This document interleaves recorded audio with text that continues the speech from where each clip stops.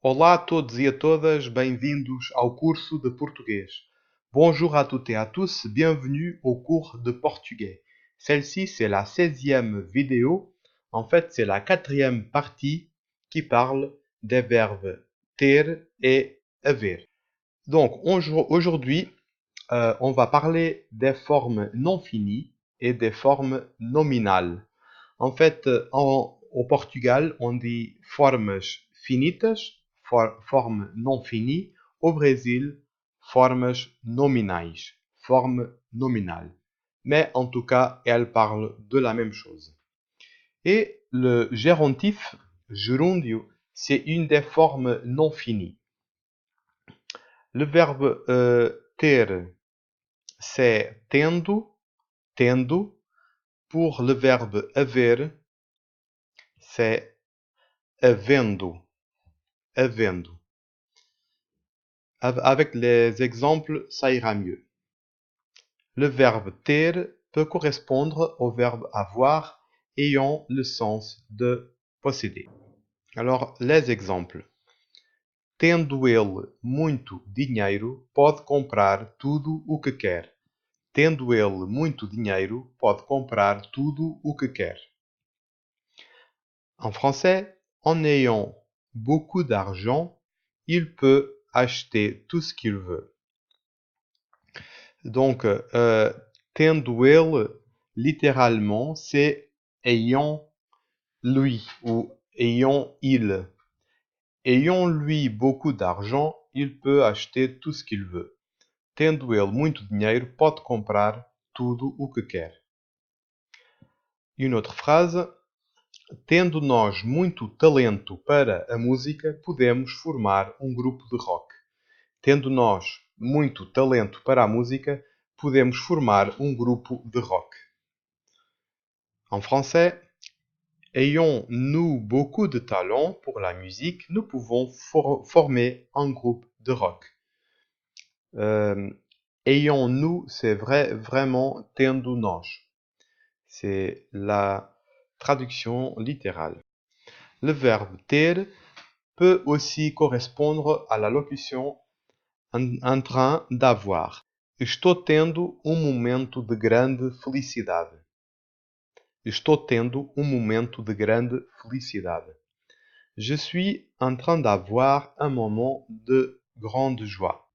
En fait, vous pouvez voir que ici il y a le pronom personnel je et dans la phrase en portugais, il n'existe pas. Parce qu'en fait, la conjugaison du verbe ter, estou, il peut que correspondre à moi, au pronom personnel je.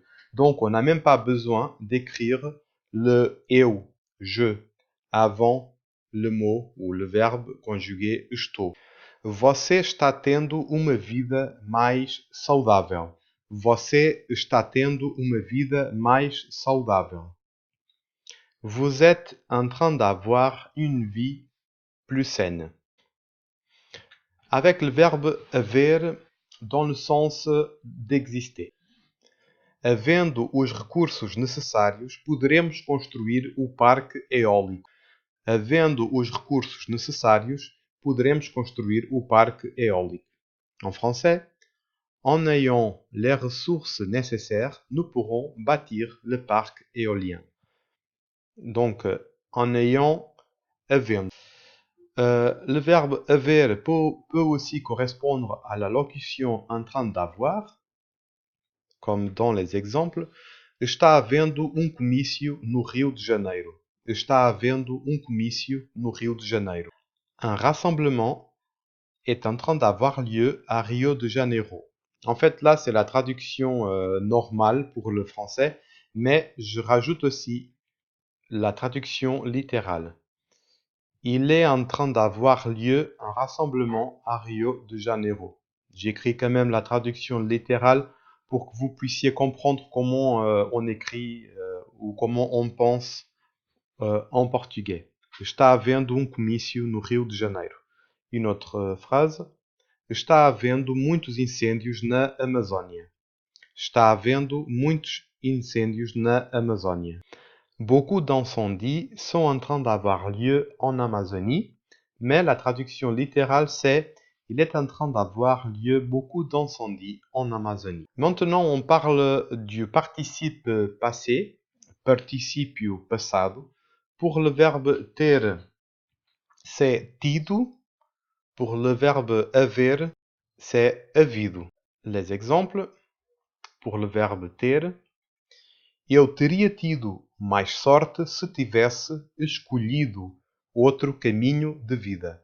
Eu teria tido mais sorte se tivesse escolhido outro caminho de vida. En français, j'aurais eu plus de chance si j'avais choisi un autre chemin de vie. Alors, l'équivalent en français, c'est le U. Alors, j'aurais eu, eu teria tido. Alors, pour utiliser le participe passé, on utilise déjà des verbes composés. Donc, les phrases, elles deviennent un peu plus compliquées. Un autre exemple, eles teriam tido grande prémio se tivessem respondido certo à última pergunta. Eles teriam tido grande prémio se tivessem respondido certo à última pergunta. Ils auraient eu un gros prix s'ils avaient répondu juste à la dernière question. Pour le verbe haver, toujours le participe passé, deve ter havido acidente aqui perto. Deve ter havido acidente aqui perto. Il a dû y avoir un accident près d'ici. La traduction littérale c'est il doit y avoir eu un accident près d'ici. Comme on peut voir ici, eu et havido, participe passé, mais la première phrase en français, dans cette phrase, on ne voit pas du tout le participe passé. Donc il faut faire la traduction littérale pour mieux comprendre. Até hoje nunca tinha havido nenhum problema com ele. Até hoje nunca tinha havido nenhum problema com ele. Jusqu'à aujourd'hui, il n'y a jamais eu aucun problème avec lui. Ici, on a pu faire la traduction littérale et en gardant quand même un sens en français. Et voilà, on est bien arrivé à la fin de la vidéo. J'espère que vous l'avez aimé. Appuyez sur j'aime, laissez vos commentaires et on se verra bientôt pour la 17e vidéo. Au revoir. Adeus, até breve. Obrigado.